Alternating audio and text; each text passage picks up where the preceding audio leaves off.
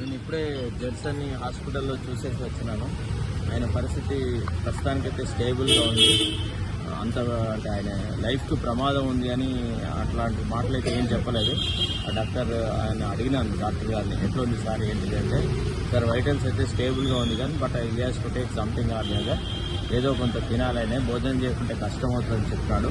నేను జడ్సన్ గారిని రిక్వెస్ట్ చేస్తున్నాను, అట్లనే విద్యార్థి లోకంతో కూడా రిక్వెస్ట్ చేస్తున్నాను, మీరు అందరూ జడ్సన్ గారిని కన్విన్స్ చేయండి, ఆయన ఏదో కొంత తిని భోజనం చేసేసి ఆయన నిరాహార దీక్ష విరమించేలాగా చేయండి.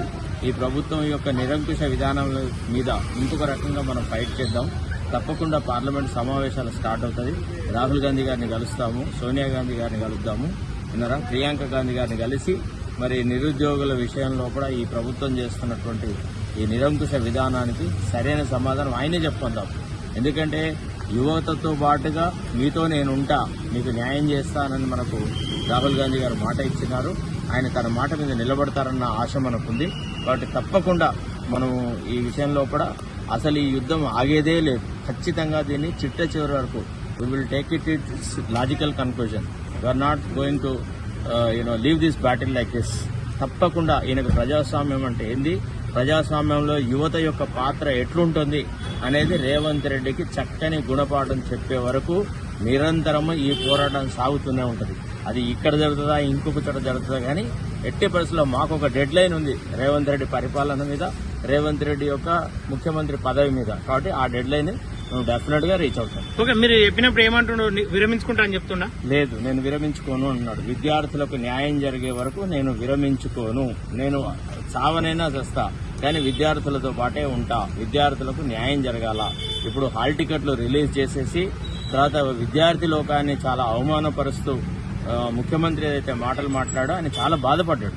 అసలు తాను సానుభూతి వ్యక్తం చేయకపోగా, సమస్యను పరిష్కరించడానికి చర్యలు తీసుకోకపోగా, ఖచ్చితంగా ఇదంతా వేరే ఎవరో చేయిస్తున్న ఉద్యమం అని, దీని వెనుక బీఆర్ఎస్ పార్టీ ఉందని, దీని వెనుక కోచింగ్ సెంటర్లు ఉన్నాయి అని ఏదైతే రేవంత్ రెడ్డి గారు నోరు జారారో, ఇష్టం వచ్చినట్టు మాట్లాడో, దాంతో అతను చాలా బాధగా ఉన్నాడు.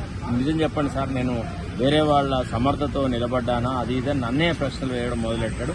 నేను చెప్పినానట్ట కాదు జడ్సన్ గారు, మీరు ప్రిస్టేజ్గా ఇట్లా అని పోకండి, దయచేసి మీ ప్రాణాలు చాలా అవసరం విన్నారా. మీరు మీ నేతృత్వంలో, మీ నాయకత్వంలో మేమంతా మీకు సహాయకారిగా నిలబడ్డాం గతంలో, ఇప్పుడు కూడా నిలబడతాము. మీరు తప్పకుండా ఒక యోధుడు, ఇట్లాంటి చిన్న చిన్న విషయాలకు మీ ప్రాణాలు అర్పించాల్సిన అవసరం లేదు, తప్పకుండా మనం సాధిస్తాము. ఇట్లా కాకుండా ఇంకో రకరకాల మార్గాలున్నాయి. अगर घी सीधा इमली से नहीं निकला तो अपने को उंगली को टेढ़ा करना आता है. हम जरूर उसी तरीका अपनाएंगे and we will teach a lesson to this government.